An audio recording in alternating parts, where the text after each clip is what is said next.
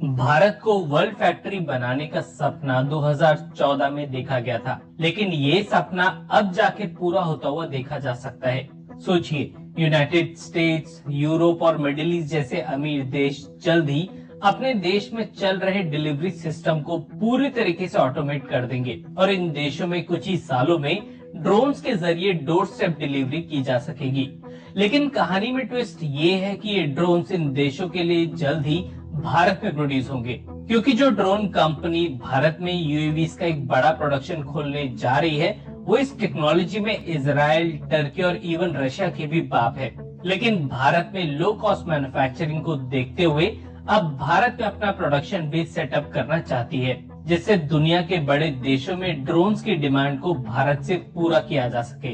ये कंपनी है गूगल, जो अपनी इस ड्रोन प्रोडक्शन यूनिट के लिए तमिलनाडु सरकार के साथ डिस्कशन का पहला फेज शुरू कर चुकी है। गूगल की पेरेंट कंपनी का नाम है अल्फाबेट, और अल्फाबेट जिस ड्रोन कंपनी का प्रोडक्शन बेस भारत लाना चाहती है, उस कंपनी का नाम है wing. Already US based company US, Europe और ऑस्ट्रेलिया में ड्रोन डिलीवरी शुरू कर चुकी है।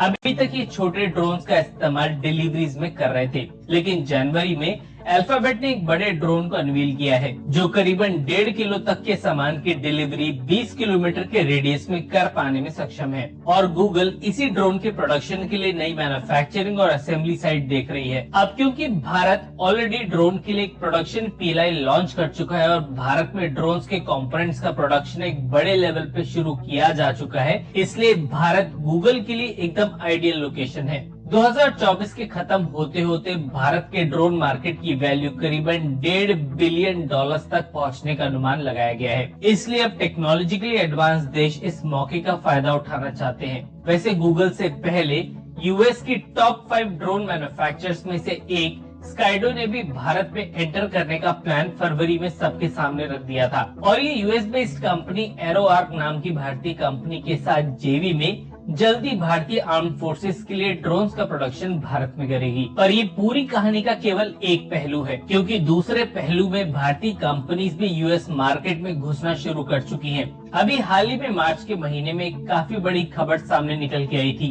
जिसमें आइडिया फोर्ज ने यूएस के मार्केट में अपने 100 किलो की कैपेसिटी के ड्रोन के साथ कदम रख दिया है। बेसिकली बड़े लॉजिस्टिक्स और एग्रीकल्चरल सेक्टर में इस्तेमाल होने वाले भारतीय ड्रोन्स यूएस में इस्तेमाल होंगे, और आइडिया फोर्ज के ऑफिशियल्स के मुताबिक यूएस को एक्सपोर्ट होने वाले इन ड्रोन्स में किसी भी चाइनीज पार्ट्स और कंपोनेंट्स का इस्तेमाल नहीं किया जाएगा, और इन ड्रोन्स को पूरी तरीके से ऑलमोस्ट 80% इंडिजिनाइजेशन के साथ भारत में प्रोड्यूस किया जाएगा। अब जहां एक तरफ भारतीय मैन्युफैक्चरिंग के लिए ये काफी बड़ी खबर है, वहीं चाइना पे अब प्रेशर बनना शुरू हो चुका है, क्योंकि ग्लोबल ड्रोन इंडस्ट्री को अभी अकेला देश डोमिनेट करता है, और यूएस की टेक जायंट्स का भारत में आना कहीं ना कहीं चाइना की इस डोमिनेंस पे असर डाल सकता है। ऐसा इसलिए क्योंकि अगर गूगल के ड्रोन्स भारत में असेंबल किए गए तो किसी भी हालात में इनमें चाइनीज कंपोनेंट्स का इस्तेमाल नहीं किया जाएगा, और इससे बचने के लिए गूगल अपने लिए लोकल वेंडर्स का प्रोडक्शन बेस खड़ा कर सकता है, और ये वेंडर्स आने वाले समय में दूसरे भारतीय मैन्युफैक्चरर्स और एक्सपोर्टर्स के लिए बेस सप्लायर्स भी बन सकते हैं। खैर, देखना ये है कि भारत में बने ड्रोन्स कब तक